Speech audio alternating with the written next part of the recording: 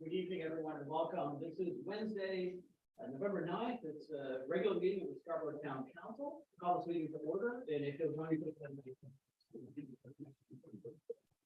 Pledge allegiance to the flag of the United States of America and to the republic for which it stands, one nation, under God, indivisible, with liberty and justice for all. Thank you, everybody. Let the record show that all council members are present and accounted for in person. Item 4 is general public comments. Does anybody have any general comments that they'd like to make for items that are not on tonight's agenda? If so, please come up to the podium and say what you'd like to say. Seeing none, I'll close public comments. Item 5 is approving the minutes from October 19th, 2022. And do I have a motion? So moved. Second. Any discussion? All those in favor? It's unanimous. Are there any adjustments that anyone would like to make to the agenda? Seeing none, I sign the John, treasurer. I did have a question. Please. On the executive session, it doesn't state where we're going to adjourn from on the agenda item, does it? So we're going to, I'll explain what will happen. We're going to, as a group, I believe, go into Tom's conference room. When the executive session is complete, we will open the door and yell that we are adjourning the meeting. We will come back and collect. But normally it says not to return. We're going to leave here and not to return. So it doesn't say that this time around. So is there a reason for that? I don't know. Okay, just wondering. Why? Okay. We will not be conducting, if things go well, we will not be conducting any business after the executive session. But you may notice that I'm trying to rush a little bit because we've got a lot to get through between now and then. Thank you. Item 8 is town manager's report.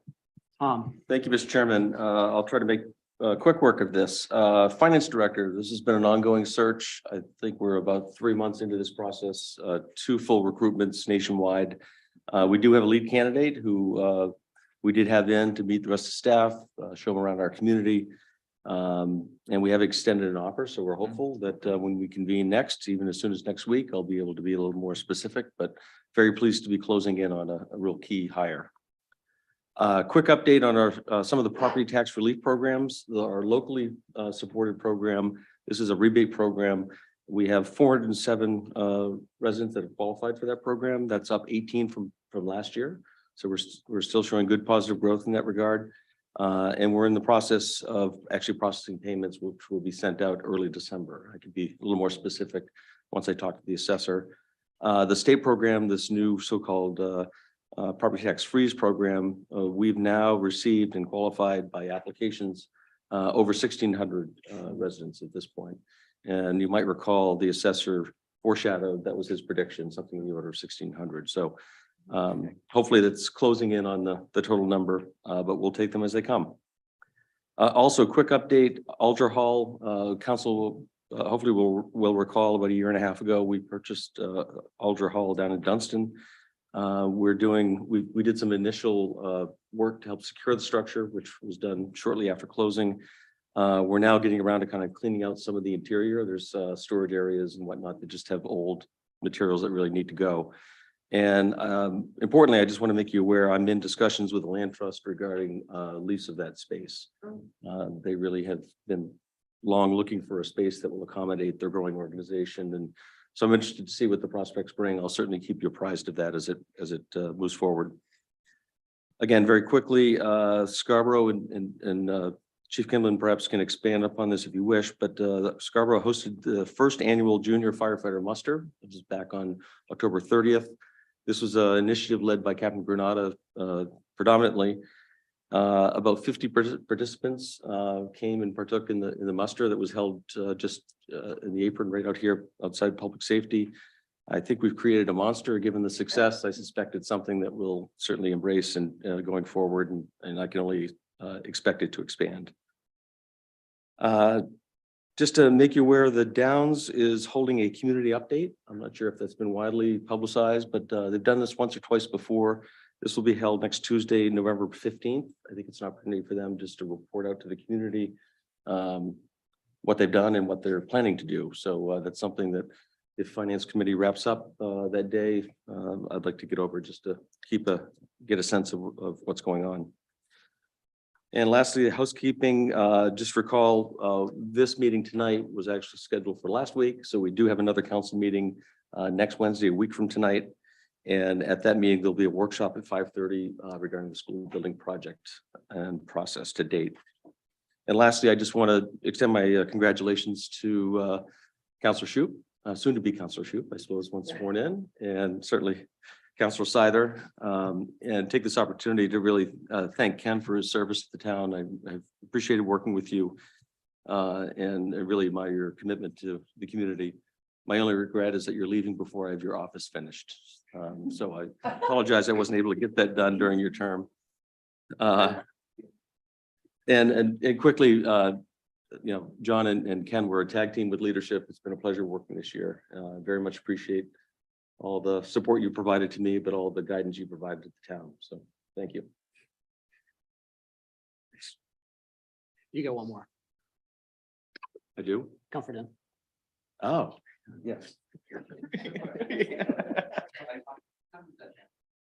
5:30, and it's at the Throttle Club.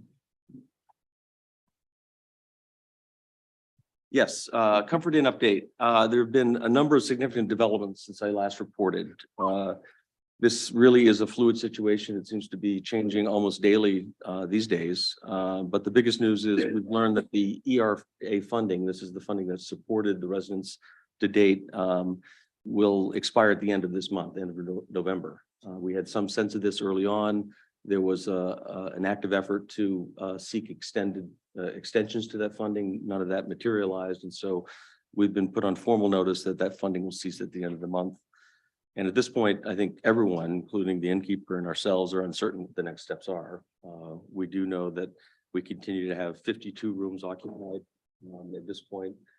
Based on our inspections, 11 or 12 of the rooms have been vacated through one sort or another.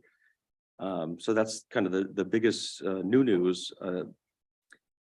As part of that, kind of the funding uncertainty has caused the Opportunity Alliance to cease the social service operation. So they previously had 2 full-time social service coordinators on site.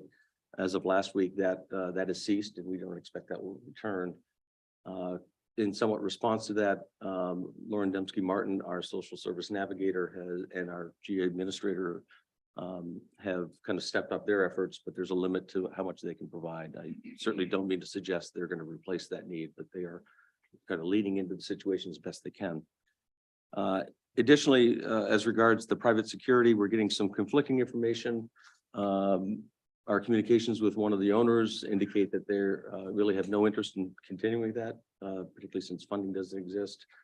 Their attorneys suggest that they're still providing it and their intent is to provide it. So I know Chief Holmquist is intensely interested in this and we'll be continuing to communicate directly to them. As regards the transition plan, as you might recall, that plan was very specific in terms of what had to do between now and the end of the calendar year. Attorney Braun reports that they are on track, and he provided some details to that statement. I believe tomorrow tomorrow there will be 7 eviction hearings. At this point, all residents and guests have been provided a notice to quit, which is the initial process in the eviction proceedings. And then all others will have a eviction hearing date of December 8th. And if for some reason some of those get extended through the court process and system, there's the fallback date is January 26, 2023. None of this necessarily surprises us. They're somewhat a victim of the court schedule. But I'm pleased to hear that they've at least initiated the process with all residents at this point. They've also provided, unbeknownst to us, kind of an inducement to move people to different surroundings, the Cash for Keys program, they call it.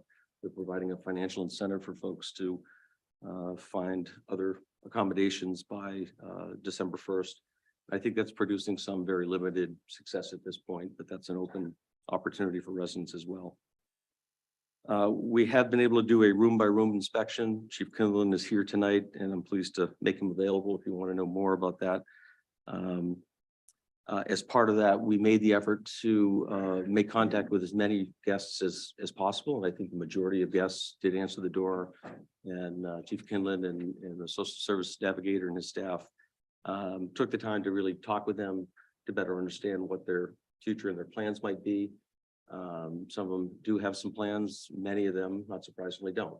And so we really find ourselves in a challenging situation, to say the least. Both chiefs are here this evening, and I want to make them available to you so you can hear directly from them if you wish. And I guess the final piece I'd leave you with, given what we know as kind of areas of non-compliance with license conditions, I'm more and more inclined to schedule a hearing before the end of the transition plan. But I'm certainly open for input from the council in that regard. I do want to consult with the town attorney regarding that next step, but there's very clear lack of guide or adherence to those conditions that I think were absolutely clear by the council. So that's kind of the state of affairs. Again, I can report next week if there's any changes between now and then. And again, the chiefs are here if you wish to hear from them. Go ahead, Councilor Hamel. Yeah, I just have a question follow up for the town manager. So I understand everyone will be served with a notice to quit or has been served with a notice to quit. Have there been any evictions actually performed? I don't know that any formal evictions by the legal standard.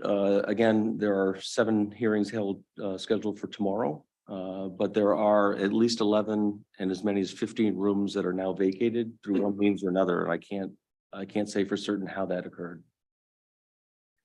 And another question I had is I know nobody really knows how this will actually end, but well, I know we've been asking ourselves that question since the issue came forward many months ago, but can we have some discussion about that at some point? I mean, is there an expectation that it will go beyond the date that we've set in terms of trying to have the place completely vacated?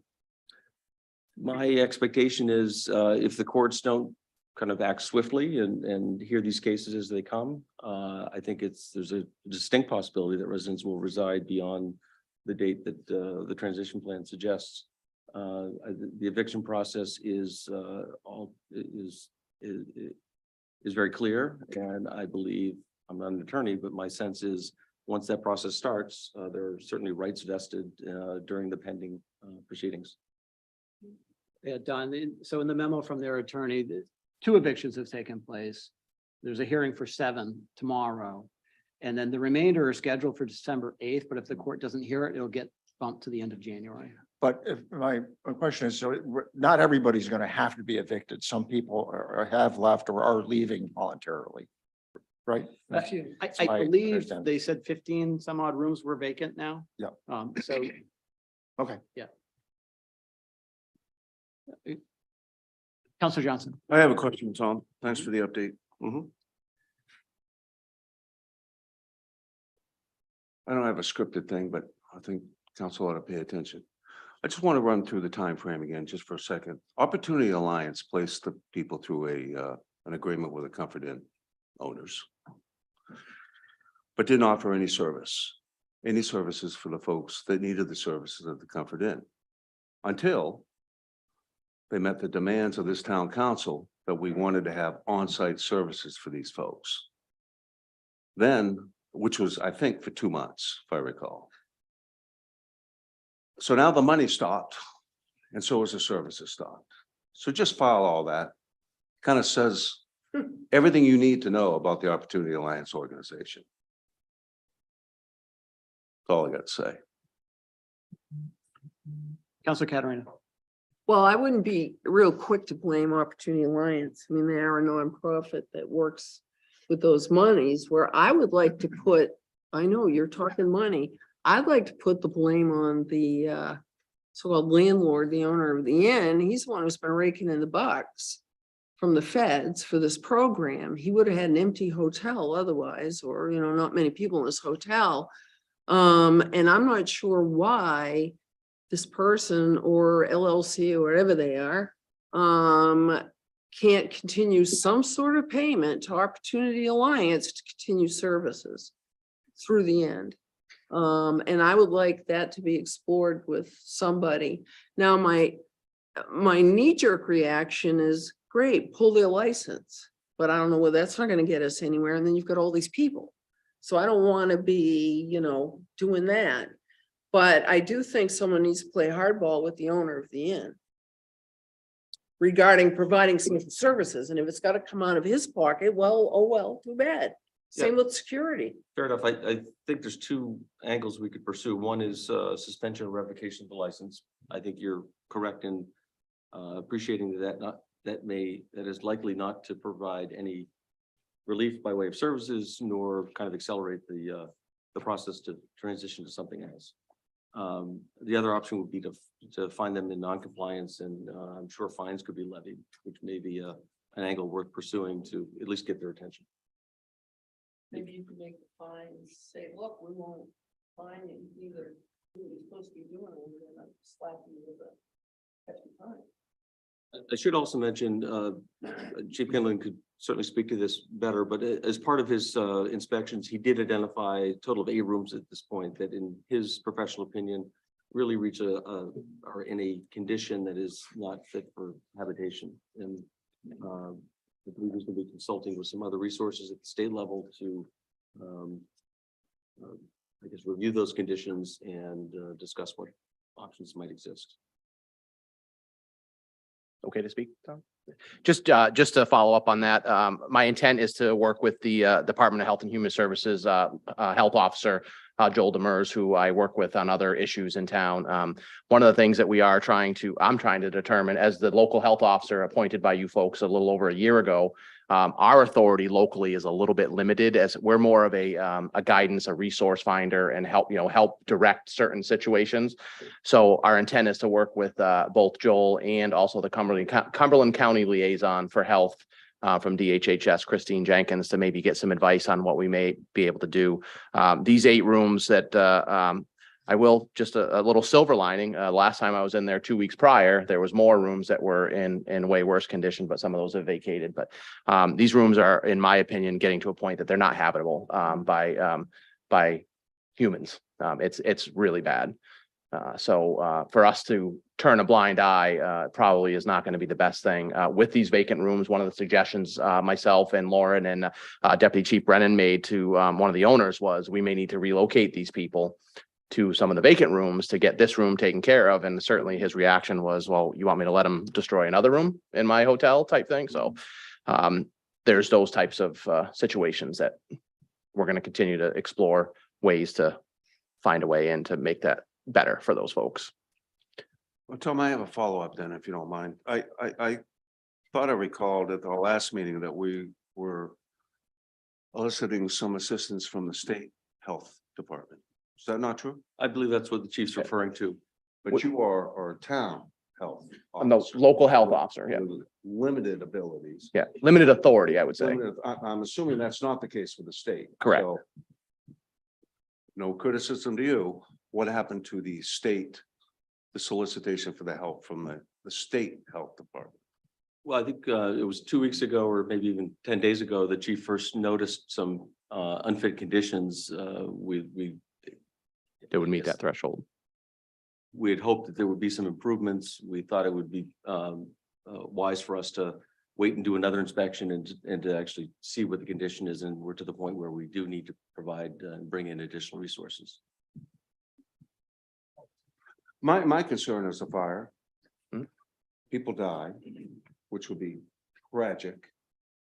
And 9 meetings on this with this body, making no decision. I just can see the liability all day long. That's my concern. If I may, Tom? Yeah. The fire code violations are almost non-existent. We did have a few yesterday that were minor in nature that John Brennan and I made them correct on the spot. And they were, tampering with smoke detectors. So we were able to resolve very quickly the cooking issue where we had 2 fires in that building caused by cooking. And as of last inspection yesterday, they are still in compliance with not cooking in the room. So that has really reduced the risk. Really, my concern has really transitioned to the health and safety side of things. The fire code, the building is fully sprinkled. It has a automatic alarm system that notifies us quickly. While those concerns certainly are valid, my concerns are more the health side of things right now and the other folks that are in there that are dealing with those types of situations. I will also say the innkeeper is providing laundry service. There was a period where they stopped, but they resumed that. I would dare say most of these conditions that the chief has seen is reporting on are the choice of the residents. I can't necessarily blame the innkeeper. They're not providing housekeeping for these rooms. It's how the residents are choosing to live in them, frankly. Maybe the owner should consider providing housekeeping once a week, just to. This is what happens to a small space when somebody's living in it with the animals for an extended period of time. Sure. Nick, did you have something?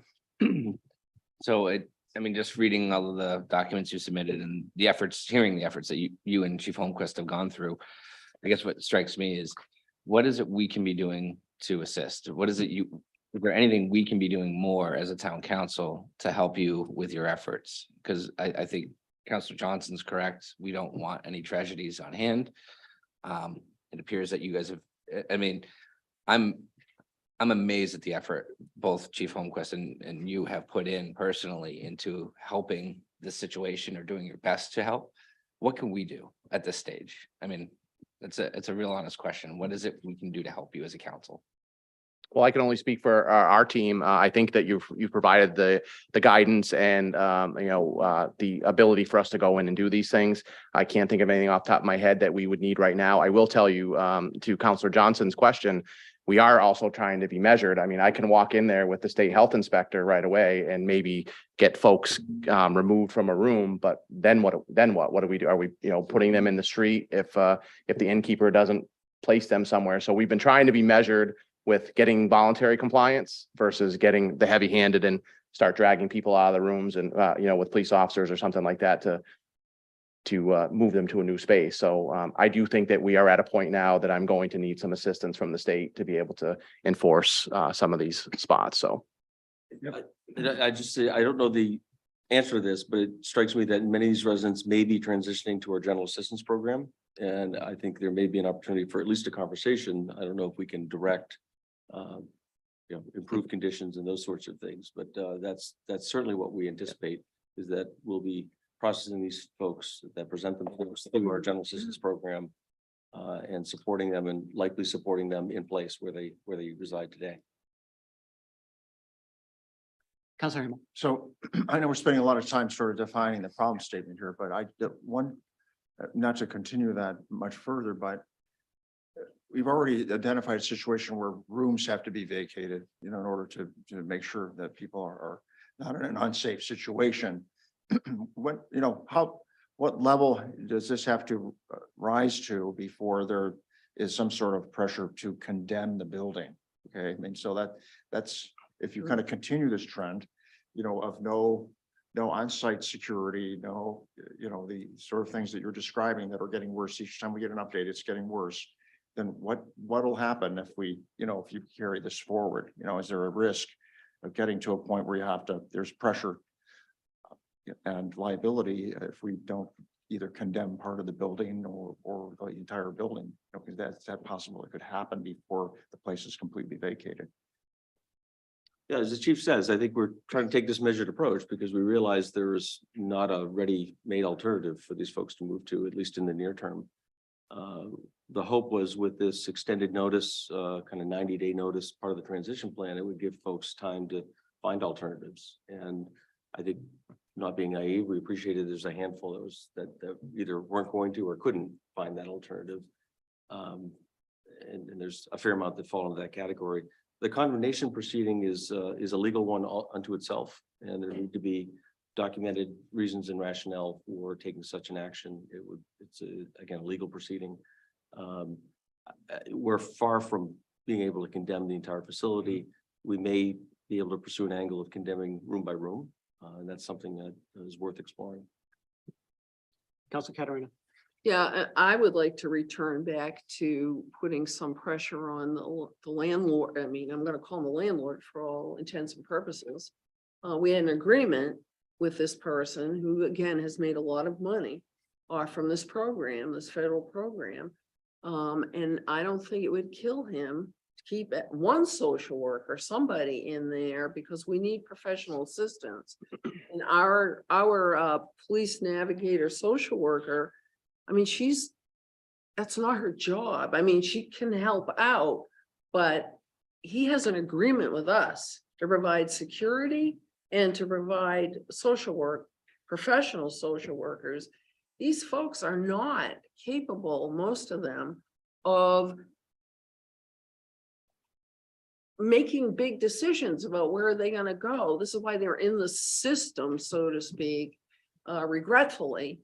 But they need assistance. And this is why I was so hell-bent, to use the term, on making sure we had professional social workers in there.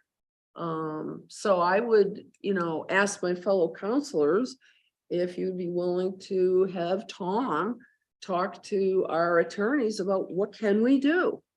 Because we have an agreement with this person and he's broken this agreement. Mhm. And short of pulling his license, which isn't going to do a darn thing at this point, we need to have something that's got more teeth.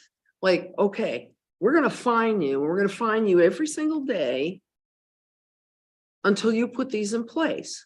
So whatever, but I'm just disgusted. Anyway. Counselor Yeah, Anderson. I share Counselor Katarina's disappointment. I already feel like we gave the landlord an inch and he's taken a mile, and he's taking advantage of the town and all the hard work that our public safety team is putting into this. So I think it's time to hold him accountable, and either I'm completely fine if there's a way that we can revoke his license, remove him out of the picture and figure out a different solution. If we're already doing all of the work, Whatever. is he just in the way? And what's our option in terms of the town just taking ownership, since we're already pretty much owning this situation? So I would just like to understand those options as well.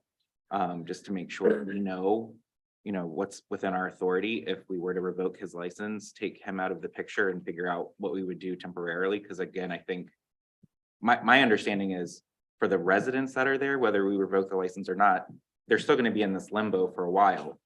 I just really personally at this point feel like this particular business owner is not somebody who should be doing business in Scarborough. I agree with the idea that the current situation cannot continue. The fear that I have is that, I mean, obviously is a need for us to have a new plan. The current plan is not working, okay? It's getting worse. But we need to be careful of putting ourselves in the position that the current owner is in, okay? Of then, okay, now we're the operator. We know less about it than he did. So, you know, We're and essentially I'm not doing gonna that. solve it tonight, but that, you know, the road to disaster is paved with good intentions. You know, we've really approached this well intentioned and with the best you know, efforts to try to protect this group of people. But what's actually happening is they're in a tougher spot now. It's getting more dire by the day, by the week. And I don't know that calling additional attention to it, having them come in for a public hearing is going to help their plight or situation or emotional state. Sorry, but I wanted to ask Chief Holmquist, because I haven't seen you speak in these words, I guess, before, and just from your memo, you state at the end, with the pending loss of Polaris security, the site safety and security of the tenants at the hotel will be in jeopardy. Yes. And that concerns me. Concerns us as well, both Chief Kinlan and I. The fact of the matter is that I agree with a lot of the comments up here tonight by the council. The public safety teams have taken the brunt of this since the beginning, and it's time for the Comfort Inn to follow suit. We know the mental health piece is a huge component of this entire scenario, and it's imperative that we get social workers back in to the hotel. Lauren Dembski Martin is doing a fantastic job, but it's been mentioned here tonight, she has other responsibilities as well for both departments in our community. She has been in close contact with the residents at the Comfort Inn, and the last estimate as of November 7th was that approximately 50 of those residents could be applying for general assistance. And a handful of these residents have no plan, which is concerning. Lack of food and options for food is concerning to her as well. So these are all things that are on Lauren's plate that I think, and I agree, that we need to have the Comfort Inn hire a social worker, as I believe was recommended by the council a few months ago before Opportunity Alliance stepped in. And as far as the security company, the owner of the security company reached out to me directly and mentioned that November 15th was the date that their contract would be terminated. Attorney Braun has indicated as of November 4th that they don't intend to terminate the contract of the security company. So as Manager Hall mentioned, it's still up in the air, and I guess November 15th will be the date that we find out whether or not we have a security company. Yeah, just to follow up for both you and Chief Kinlan, you know, again, it even seems with the security, with the social worker, there's still pretty pervasive issues, both in terms of calls and health. So I'm not even convinced at this point that continuing those two services are actually gonna address the need. I'm sure it's preventing it from being worse, but just looking at the numbers, it's not actually making anything any better. Is that a fair assessment of the situation from your guys' perspectives? Are we better, worse, or kind of staying pretty neutral in terms of the situation, even with those service providers? I think we're holding the line right now. If you think back to March, when we had no security, no real idea what we had for an issue at the Comfort Inn, and we were close to 100 calls for service, and our calls for service down there now are still high, you know, upwards to 50 plus last month. But the severity of those calls for service, with, you know, 3 assaults and 2 domestic assaults in 1 week, we haven't seen that since this began. So we are concerned that people are very upset about the eviction process and about what their futures are in the next few months coming into winter. We understand that. We have compassion for it. But it's our officers that are going down there and our fire and rescue personnel that are going down there, and without having Polaris Security as a buffer to at least initially assess the situation at hand. I spoke with all of my supervisors last week and asked them the question directly: do we benefit by having Polaris Security on site? And every one of those supervisors indicated yes. So do we have the authority to require the operator to continue the services? No, but I got an idea that we might be able to, so That's why. can we look into what would Opportunity Alliance require to put those social workers back? Money. Correct, how much? And what would Polaris Security require?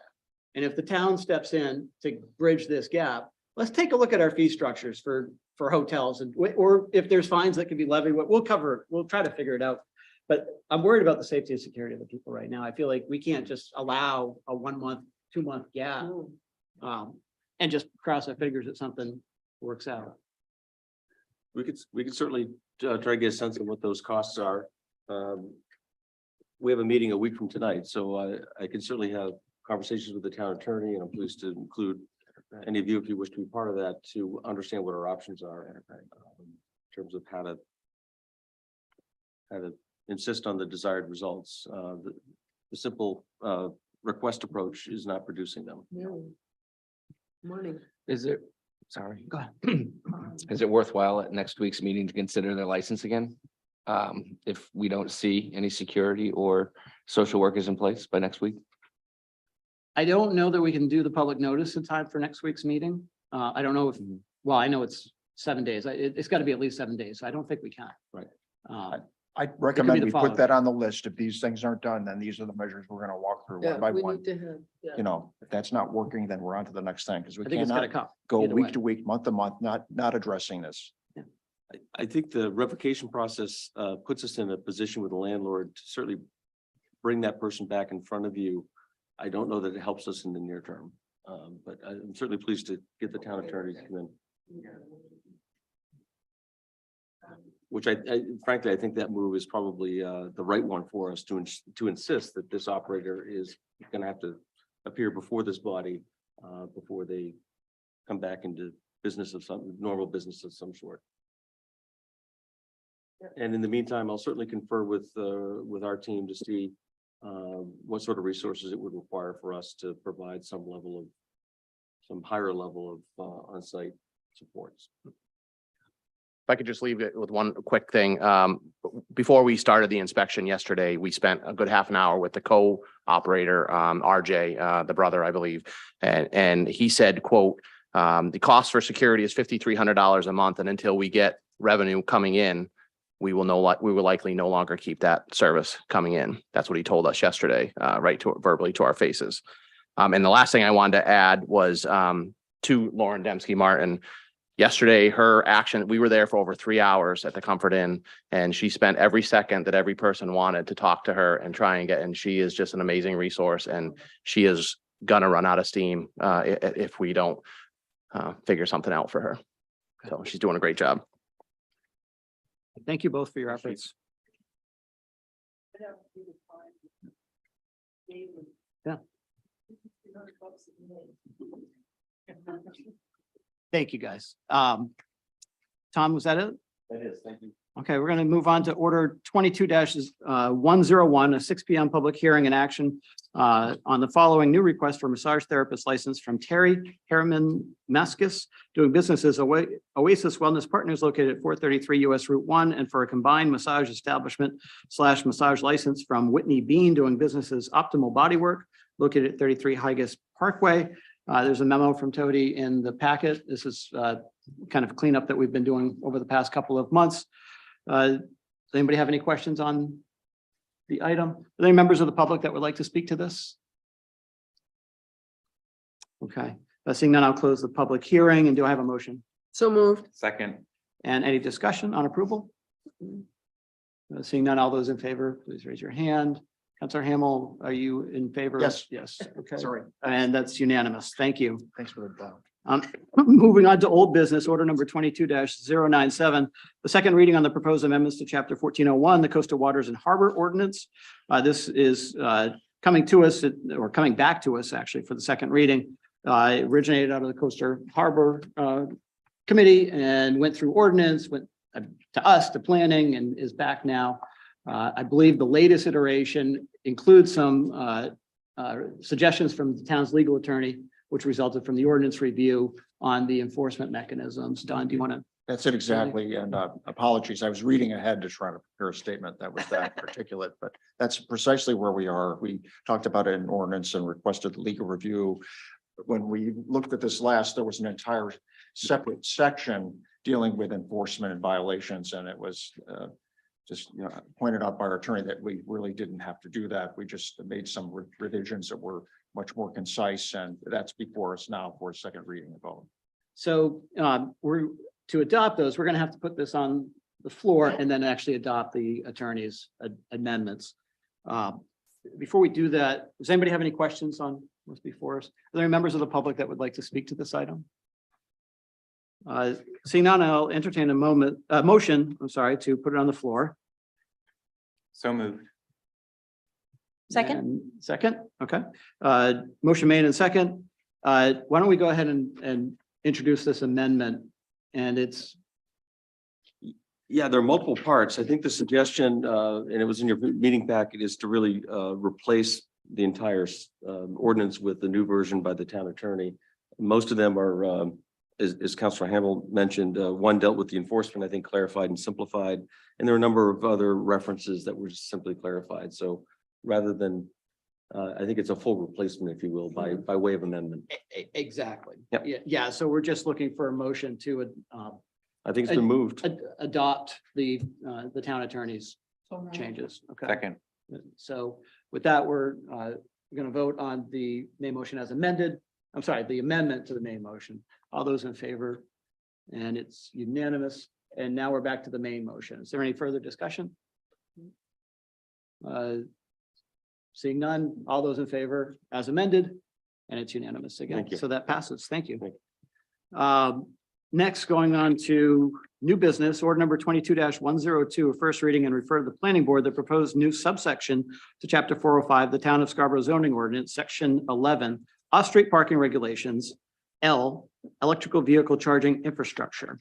And this is something that we've seen a couple of times. It's been in works for a long time, and it's coming back to us now for a first reading so that we can send it to the planning board for additional review and scrutiny. Jamie or Autumn, do you want to help us with this? Okay. I guess. Good evening. I'm Jamie Fitch, the Town Sustainability Coordinator. So just to give you a little bit of background on this, this is an initiative that came out of the Sustainability Committee, and they started working on it about a year and a half ago. They identified the lack of EV charging infrastructure as an opportunity to be addressed for a number of reasons. The town's comp plan calls for steps to reduce vehicle emissions, or excuse me, our comprehensive energy and sustainability plan from 2017 calls for reduced vehicle emissions. Our 2021 comp plan calls for the town to increase energy conservation and efficiency. Data shows that the transportation sector is responsible for more than half of the state's carbon pollution, and Maine's 2020 Climate Action Plan identifies increased adoption of EVs as a key strategy for reducing transportation-related pollution. There are a couple of recent federal bills that are putting a large amount of money towards EV charging infrastructure and also electric vehicle rebates, both the infrastructure law and the Inflation Reduction Act. Most of the major car companies have pledged to go all electric, most within the next 10 to 15 years. Where experts are expecting price parity with gas-powered vehicles within the next 3 to 5 years. And a crucial step in increasing the number of EVs on the road is really to expand EV charging infrastructure, and municipalities play a key role in this by requiring it through local ordinances. Planning and installation for the installation of EV charging infrastructure during development and redevelopment is 4 to 6 times less expensive than trying to retrofit our parking lots. Some studies suggest a $2,000 to $4,000 savings per parking space by planning ahead during development for EV charging infrastructure. So the proposed ordinance that the committee is recommending would apply to both residential and commercial new development and redevelopment. There will be no requirements for any kind of retrofitting. And for the most part, the ordinance, excuse me, I'm losing my spot here. Like I said, only applies to new development, redevelopment. We're not asking anyone to rip up parking spaces. We're not asking anyone to bust through existing walls to install an EV charger in their garage, for example. So I'm happy to walk through the requirements. They are laid out in your packet. Happy to take on any questions that you may have.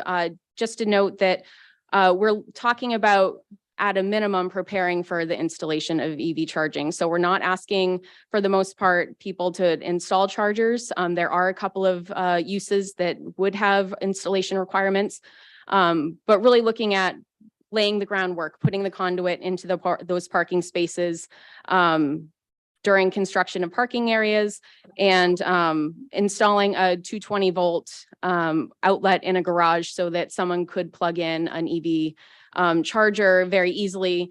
And in terms of the residential cost, that's, you know, a couple $100s during construction as opposed to a couple $1,000s to retrofit if they wanted to go back at a later date to do that.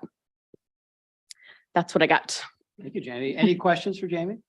Counselor Johnson? Question. I read through there's a lot in this packet. There is a lot in that. Forgive me. And I agree with this. And I think you just answered what I was trying to find. The infrastructure really is, it's PVC piping and nothing in it, but it's got access to power for an extension of an EV charger, correct? Essentially. Okay, so does that mean that a new home being built, this is the requirement now? A single family home, not necessarily a development, but a single family home? It would be a requirement as part of a planned subdivision. The Sustainability Committee at our most recent meeting did identify that at this point, by making this zoning ordinance change, it wouldn't necessarily apply to a one-off home that someone came in for a building permit. So that may be kind of a phase 2 of this approach, but right now looking at just updating the zoning ordinance, which would apply to commercial development and planned subdivisions. And I had a quick conversation with Rick on a moment, and this is my last council meeting, so I'm not going to influence this at all. But is this the first reading? Yes. It is. Okay, just as a thought on here, because I saw the in lieu charge, which I don't like in lieu charges. It's an escape for developers to abdicate their responsibility of our policies. They do it with affordable housing all the time. Nobody wants to build affordable. So they give us a little bit of money, and then all of a sudden the town of Scarborough is now an affordable housing agent. And that's not our role. So why don't we make this ordinance just an ordinance? You do it, or you don't build in Scarborough. Unless, of course, we could put some caveats in the ordinance. If you can't do it, maybe there's a water table issue or something, you can't put the PVC pipe 12 inches below the ground. So anyways, it's just a thought to consider, because this in lieu of stuff drives me nuts. And that came from the stakeholders. And guess who the stakeholders are? They're the developers, because they don't want to do anything but make money. So it's funny you mentioned that, because I've been looking into in lieu fees, and there's rationale for it. If you don't provide an escape clause sometimes in your ordinance, it could be viewed as a taking if it's a barrier. But my question actually related to the section F, the in lieu fees collected by the town shall not be utilized to fund electric vehicle charging infrastructure that is otherwise required to include electric vehicle charging infrastructure in order to meet minimum zoning standards. And it's the same language that's included with our affordable housing in lieu fees. It makes no sense to me. So we're trying to encourage this infrastructure, and we're going to place an additional requirement on some zones to do it, but we're not going to give them any help, right? So I guess I just take a look at that and see if there's a legal rationale or for it to be there, if we need it. Because I think that's actually where we would want to use those funds, is to encourage it in our growth areas. So I do have a question, because I thought I recalled when you guys came forward for the workshop, you did not have in lieu fees in there, correct? There were in lieu There fees in were? there, yeah. Okay. So there were, okay, then forget that question. Question two would be, again, assuming we do this, you know, when I was looking at what the purpose for those in lieu fees could be used for, it seemed a little limiting. Was there conversation about just expanding the usage for other sustainability type funds instead of just focusing on EV charging? Is that something we could do? Because it just felt, we're getting all this money in. I'm worried we're not going to be able to spend it Mhm. on the things we want to spend it on. So I think the committee would love to have more options of where to spend it. I think the thought was just because this is limited, or the scope is EV charging, that's where we felt like it should stay. But the committee has been talking for a long time and had a goal for a long time to have a sustainability fund where they could tap into monetary resources to do a number of different initiatives or efficiency upgrades and things like that. So I think that would certainly be something they would be open to if the council is open to it as well. Councilor Henry. I would just remind my fellow councils, if you look at status and process, we've been talking about this since December 9th, 2021. And it's been to ordinance 1, 2, 3. We had a council workshop. Back, yeah. So anyway, this is the first reading, right? Its first reading is going to go to So the it's gonna go plan. to planning board. So I think these are all good things for us to take under consideration, but let's move it to planning board. I'm ready to move it. We haven't put it on the floor yet. Is there any other questions for Jamie? Do I have a motion? So I'm moved. sorry, any members of the public that would like Oh. to speak to this? All right, seeing none, do I have a motion? So moved. And a second, and any discussion? And all those in favor, please raise your hand. And I'm seeing it's unanimous. Thank you. Thank you guys for coming. Thank you all. And we will see you again, I'm sure, in a matter of months. Excuse me. Next is order number 22-103, first reading, and refer to the planning board. The proposed amendment to chapter 405, the Town of Scarborough zoning ordinance, section 2 zoning ordinance, D, conformity 9.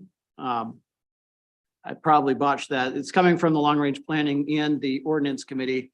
And thankfully, Autumn appears to be ready to introduce. Yes, the- good evening, Thank you. Autumn Spear, Director of Planning and Codes. And this item and the one related are, the next item are related. So this one by itself does seem a bit confusing. The planning board recently reviewed a subdivision amendment for a single residential lot in which multiple single family structures were constructed on it. So one lot with multiple homes, and it was allowed per zoning. But the planning board found themselves wanting to look at more items that are included in our site plan requirements. The applicant complied, and it was approved ultimately, but the planning board brought up the topic that they wanted to make sure if they ever saw this again, this condo regime type development for single family homes on one lot, why didn't we have a site plan requirement? So staff took that initiative. We prepared a site plan amendment, an amendment to the ordinance, took it to the long range planning committee. They forwarded some recommendations to the ordinance committee, and we find ourselves before you tonight. This item on the first part is a correction or a fix, if you will, that was found for multifamily structures. So after a legal attorney review, we wanted to make it very clear and explicit that you can have multiple multifamily buildings on one lot. Right now, it's implied, but it's not very clear. So this part is that cleanup. And then the next item is actually adding the site plan requirement for unified ownership. If you have a zone that permits more than one home on a lot, which not all zones do, but if you do, then a site plan review would be required. And so those are what these two items are. I'm happy to answer any questions that you might have about it. And you have one. Yes. Counselor Johnson. This is involved. Bear with me. Sure. In reading the definitions of the units or the residence multifamily and size wise and the whole bit, I didn't see tiny homes in there. Are we going to include those? So tiny homes would be considered single family, and they're not allowed by right in this multifamily fix. So it's a policy discussion that you all would have to consider, and that was brought up at ordinance as well. But I think that might be for a future date if we wanted to allow more than one single family on one lot. As it stands, I have a question on Yeah. that. You're telling me a tiny home is defined as a single family, a 400 square foot home. Yeah. I'm raising a Yes. family in. it meets the definition of a single family home. Yes, sir. Okay, and that complies with the new state law. What is it, 203, 209? 2003. LD 203? 003, that'll come out next July. It doesn't have anything really to do with the square footage for a single family home. It has more to do with, from my understanding, is accessory dwellings and attached accessory units. So the single family home definition doesn't have a square footage component to it. Okay. It's something that we could look at as we address these. And keep in mind too, the Crossroads plan development is one of the only locations that can have more than one home, single family home on a lot.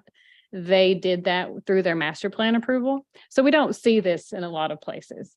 But if for Crossroads plan development, it was discovered if they're going to do that, the planning board wants to see a site plan. They want to see the design of how those tiny homes would fit onto that one lot. Well, I thought the new LD was related, and forgive me, I don't want to sidetrack it, but this is interesting to me because I planned on doing this. That this was actually in an R2 zone to allow more than one unit on the same single owner lot. Yes, Okay, so. But I thought I heard you just say I can't have two single family homes on the same lot, which to me is contrary to the new. sure. Legislation. And so right now you cannot per our zoning. This is also setting the stage in discussion with the town attorney to address that when we know more about how it's going to be enforced next year.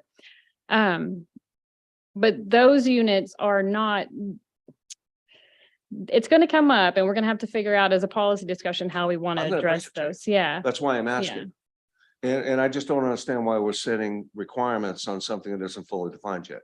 Because you Well- said we're gonna have to go to an attorney to find out how to implement this, but we're setting up the Sure. rules. Well, I think the whole state's gonna have to figure out how the legislation is going to regulate that because it's more of an accessory dwelling unit and it's not an individual lot. So I think it will come up and you'll see it in the future. This is a fix for an immediate problem, but we're also understanding, we definitely know that we have to address that as well. I imagine we're gonna have a lot of work ahead Yeah. of us on LD 2003, but right now I want to try to get us through this amendment for the immediate. need, Right. Right. Does anybody have any other questions for Autumn? I just have a quick comment. Talk to me later, okay? I got a whole meeting tomorrow, maybe it's on L. Well, not the whole meeting, but. Very good. Are there any members of the public that would like to speak to this item? Seeing none, do I have a motion So moved. Second. and discussion on this? This is referring to the planning board. Yeah, this has gone back and forth, and I know that this concerns about how does it fit with LD 2003, and the feeling was that we didn't have to hold up everything for sake of us dealing with those issues that we'll have more time to deal with. So that's the reason why it's here and why, it's, we've complained about the last ordinance, taking so long. So not everyone is like the Paul Masson commercial with Orson Welles, we're not going to release any ordinance before it's time. This one's ready to go. We try to get it quickly. And it's only been a matter of months and, autumn just got here. So Excuse me. The younger members of the Thank you for that, council have Don. no idea what you're yeah, talking. it's a 1980s commercial. So I'm dating myself. Can we put this on the floor? We did, right? You did. Okay. Any other discussion? All those in favor, please raise your hand. Okay, Yeah. this is to move it to the planning board. Yes, it's first reading and refer to the planning board. I'm going to call the vote again. All those in favor, please raise your hand. Thank you. And it's unanimous. Thank you.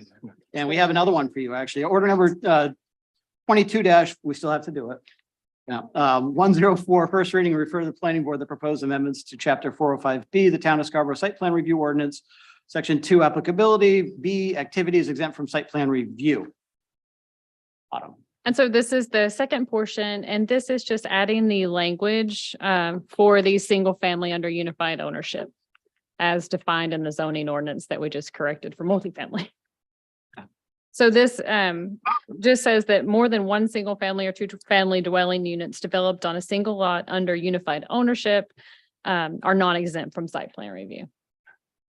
So yes, and your, yes, no problem, no problem. And in fact, the project that gave rise to this conversation was in fact 8 tiny homes on It a was. single lot. Right, okay. Straighten me out. Okay. Thank you. I'm trying to keep it straight. Any other questions for Autumn on this action? No. Any members of the public that would like to speak to it? And can I have a motion? So moved. Second. Any discussion? Seeing none, all those in favor? And it is unanimous. And thank you for coming. Order number 22-105, act on the request from the president of the Portland Water District requesting the town clerk hold a special election to fill a vacancy due to the resignation of Seth Garrison with a term to expire in November of 2023. There's a memo in our packet, a couple of memos in our packet on this. So we actually have to have an elected official represent us with the Portland Water District. Oh, right.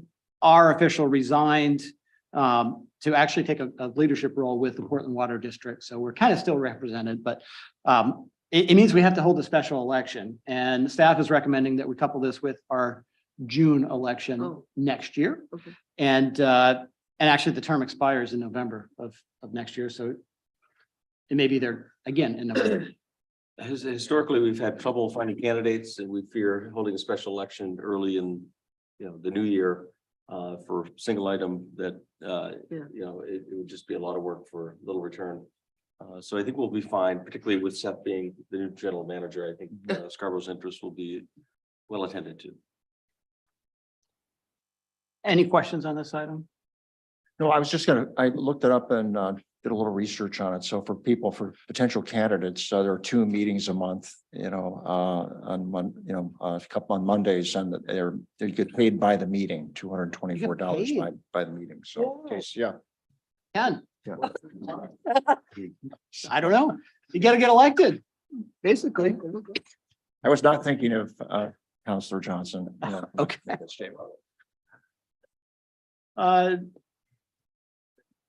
Can I have a motion? So please? moved. Second. Any discussion?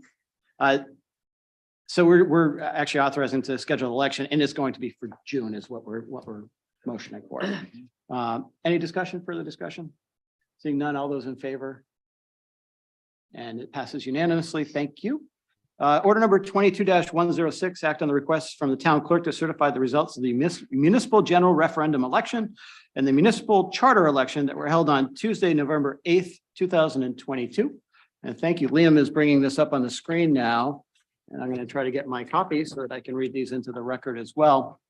If I could, Mr. Chairman, I just note the town clerk and her staff were up into the wee hours of the morning, so I insisted that she go home this evening. So I think all of us that know Tody, she would certainly be here for my very direct order to her to go home. So Yes. Her stamina is remarkable. She was sending emails at 3 a.m. and back at 6. yes. And probably didn't leave all that long ago, if you think that she's taking a break now at 7 o'clock at night.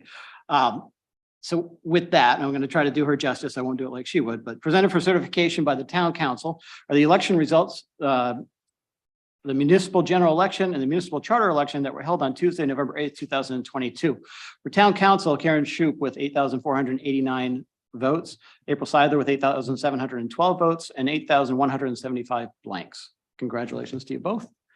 Board of Education, Carolyn Gammon with 8,648 votes, Freyla Tarpinian with 8,453 votes, and 8,275 blanks. Those are for 3-year terms. Congratulations. The Board of Education 1-year term, Brian Majorino, apologize if I missed that. 8,847 votes and 3,841 blanks. The trustees for the sanitary district, Joseph Carroll, 9,421 votes, and Anthony D'Amelio, 28 votes and 15,935 blanks. Question 1, the library referendum is 4,817 yes, 7,097 no, and 810 blanks. That motion failed. Municipal charter questions. Question 1, compensation, Town Council Board of Education. There was 7,476 yeses and 4,540 nos, 701 blanks. That passed. Question 2, section 215, the independent audit. There were 9,564 yeses, 2,154 nos, and 999 blanks. That passed as well. Question 3, section 403, vacancies, 9,520 yeses, 2,119 nos, and 1,078 blanks. That question passed. Question 4, section 502, preparation and submission of the budget. There were 8,903 yeses, 2,446 nos, and 1,428 blanks. That passed. Question 5, section 806, municipal elections, change to the BOE elections. There are 9,263 yes, 2,165 no, and 1,252 blanks.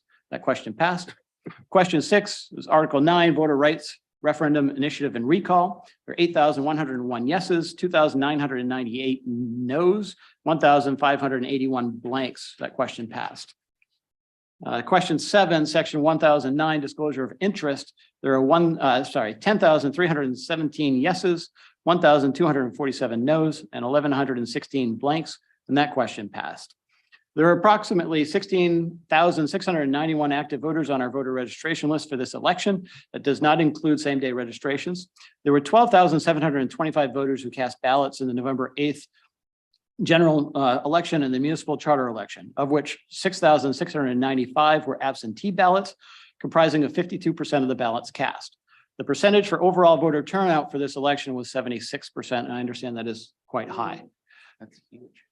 Pursuant to section 206, induction of council into office, councilors elect shall be sworn to the faithful discharge of their duties by the town clerk or the town clerk's designee. They shall assume their duties at the commencement of the second meeting, whether regular, special, or emergency of the town council following the regular town election.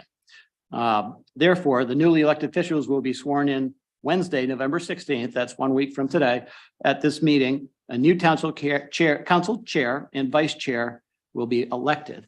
And just so everybody knows, that's going to be our primary order of business, aside from a workshop with the Board of Education next week, is to elect a chair and vice chair. And it's important. It should be given due time. So I hope that we'll all spend some time this week talking to each other and understanding, what the right fit's going to be for the next year. It's an important role. I've enjoyed it. It's not an experience that I should be mine alone. I think, anybody can do it. And we're all going to, I guess you have to find your way. So expect to have some calls from me. I think if anybody is interested in my experience with it, please feel free to reach out as well. With that, go ahead. I would like to congratulate Karen Shroop and April Five for beating that blanks guy. I did not want him on the council. I know him. But anyway, I just wanted to say, I'll tell you, I went up a couple times. Tody runs such a tight ship. I just sit there in awe because I look around and big smile on her face, directing everybody, no chaos, awful lot of people. I did make the mistake of going up to help at the end because I actually wanted to see the Chads counted on the library. So I wanted to see the process. Unbeknownst to me, that kind of happens in the background, and it was going to be a few hours, and I'm an early riser. So, but again, a stellar thing, and the new voting booths, I thought were great. I mean, it was very professional. I understand that we had a surprise guest, Secretary of State stopped by, and she was also impressed. So, again, kudos to Tody, and think of this: she sent out an apology at 6:30 in the morning. After she sent out one at 3, giving us the results, saying, "I'm sorry, I'm late." Come on, Tody, please. Thank you very much, Tody, and I'm sure we all appreciate it. Councilor Caterina. Yeah, very quickly, because I haven't realized that we aren't coming back in after executive session, so I just wanted to take this opportunity to thank Counselor Johnson for your 3 years on the council.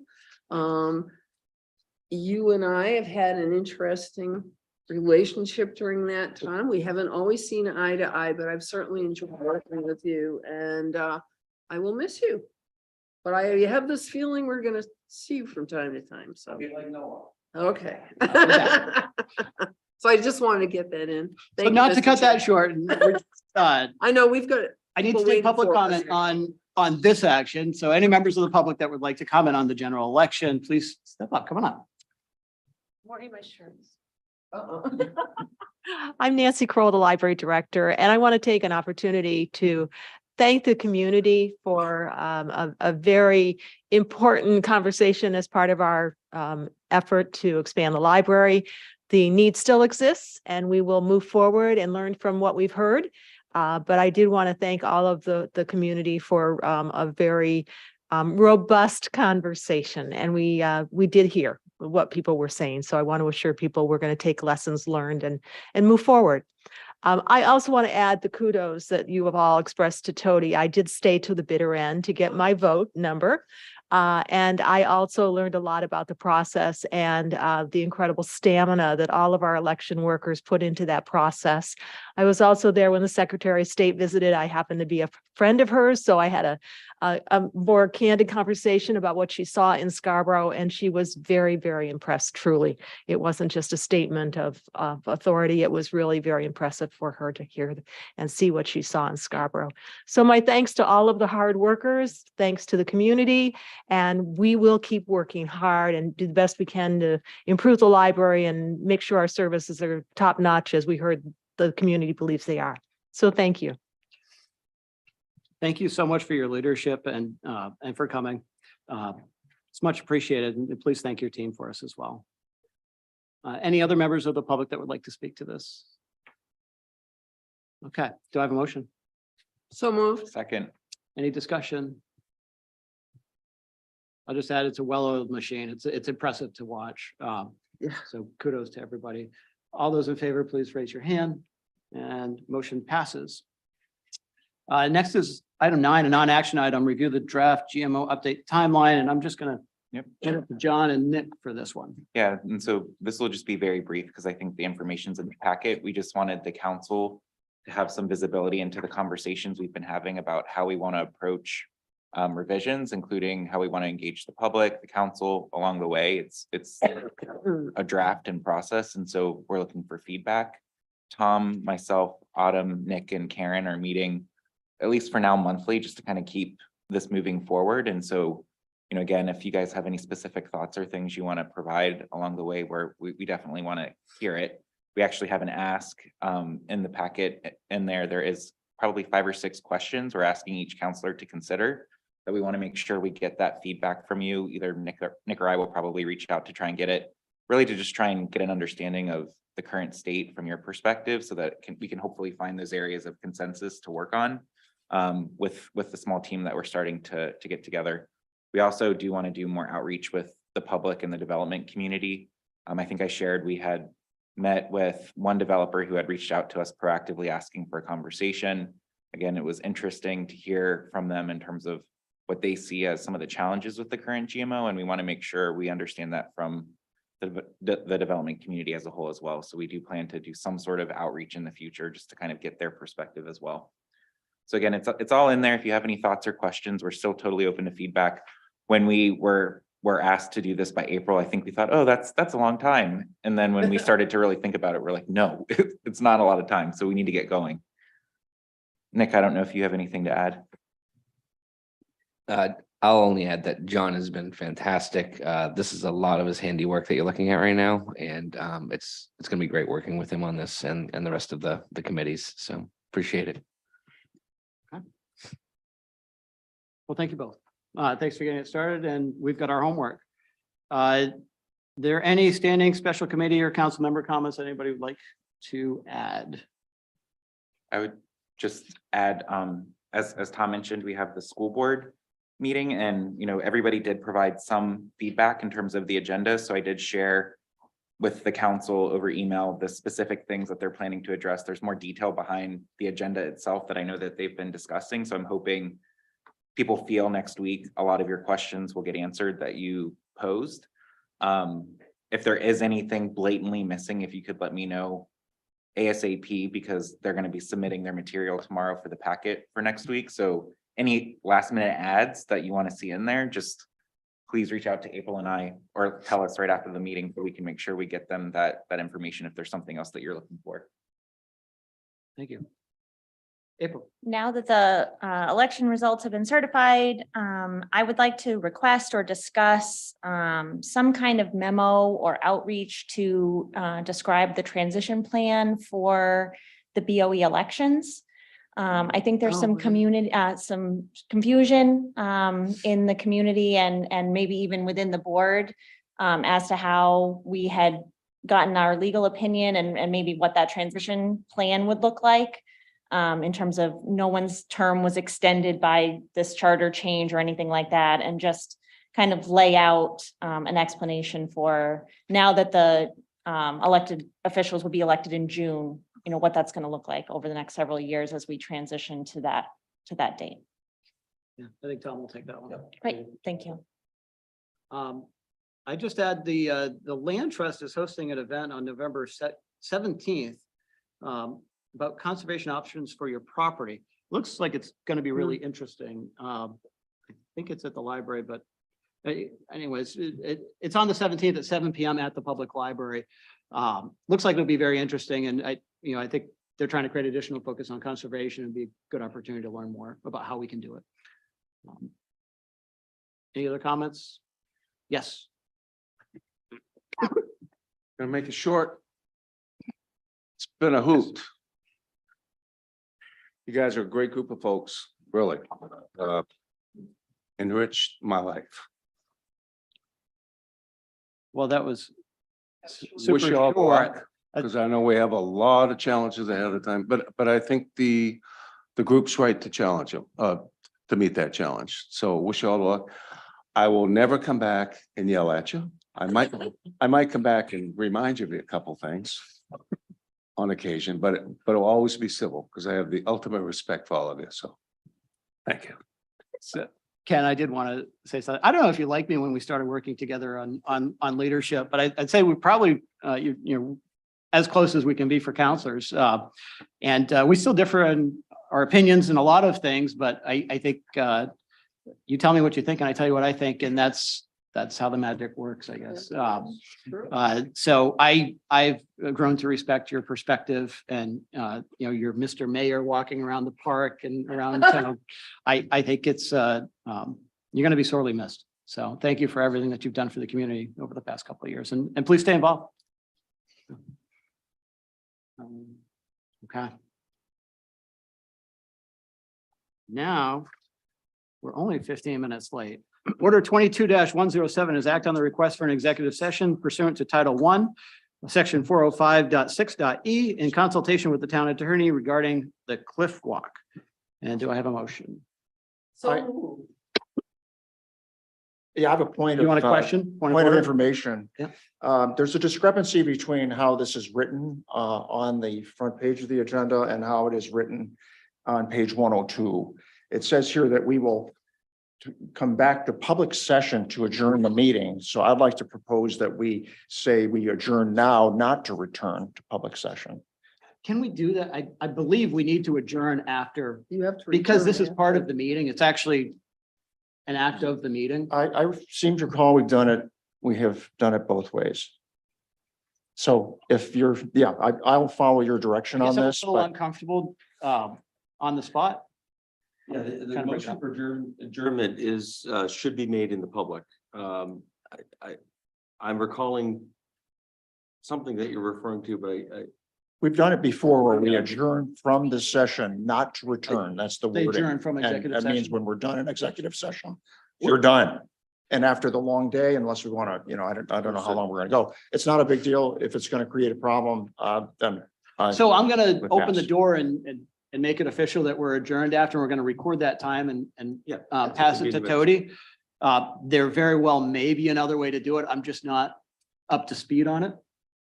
Typically, the larger concern would be just providing the public the assurance the council has no intentions on taking any other substantive business. Right. Correct. Following the executive session. And I see heads nodding. Okay. So let's go back to a motion. So moved. Second. So were you here to speak on this? Okay. All those in favor, please raise your hand. And it's unanimous. Thank you. And we are not adjourned. We are adjourned to Moving. executive session. Manager's office. Yep.